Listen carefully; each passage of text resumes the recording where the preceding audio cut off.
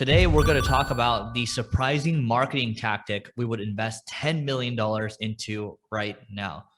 You go first. All right. So the big thing that Eric and I already know we're going to have the same answer, so I'll just give it for both of us, is free. Not freemium, but free. What could you give away for free and build a massive base? So example of this, if I was building an SEO tool, how can I make it as free as possible and just gobble up a lot of the market? Or email tool, or if I was like e-commerce, how can you give away a free tongue cleaner or a brush did?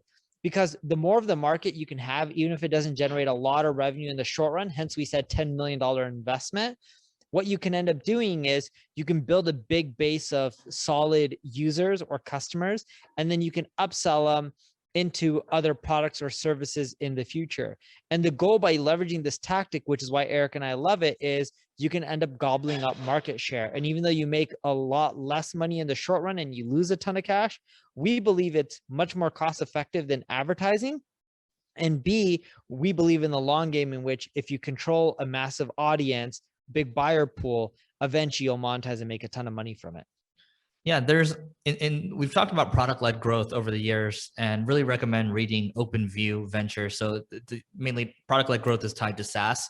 And an example of this would be HubSpot, where they converted into giving away their free product and they're getting even more attention, and they're actually using their money to even buy more attention. But product-led growth is really at the core of their strategy. But this whole product-led growth thing, you can think about how to apply it to e-commerce as well. And at the end of the day, if you're playing the long game, it just doesn't matter. You're going to win long-term, because most people just don't think like that.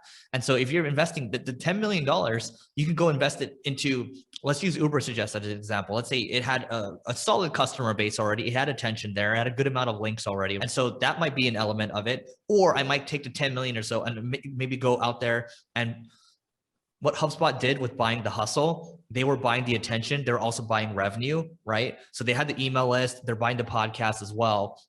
And so that was, yeah, they probably spent more than $10 million there. But at the end of the day, they are buying a lot of free. Newsletter is free. The podcast is free. And then they're going to figure out how to monetize it afterwards. So the whole thing here that the message that we're trying to deliver is delayed gratification wins at the end of the day. And most people, especially in the marketing world, especially in the internet marketing world, they can't wait. They can't wait. I got to monetize. I got to get the money. I got to get the money. Yeah. And the delayed gratification is really worth it. It's just most people aren't willing to wait. You want anything else? I think that's it. You got our viewpoint on it. I would try to figure out how to end up doing it within your industry. Product-led growth doesn't always have to mean software. There's many ways to grow, just like what we mentioned. They'll give away a free toothbrush or tongue cleaner, but you just got to figure out what will work within your space. And that's what I would do, because remember, ad costs are continually rising. Product-led growth, and it could be for physical products, services, software. That is a much more efficient and effective way to grow. Yeah, the more attention you can own long-term, where you're not relying on these channels, who knows? Like the more I see, oh, so-and-so, these bills are being put out there to break up big tech or whatever. And by the way, big tech's going to take care of themselves. It's not like they're just doing whatever they're incentivized to do. So it's not saying they're bad or anything, but at the end of the day, they're going to take care of their shareholders. You have to take care of yourself. That is it for today. Go to marketingschool.io/live. That's LIVE to check out our virtual and our live event. Don't forget to rate, review, and subscribe. It really helps us grow, and we'll see you tomorrow.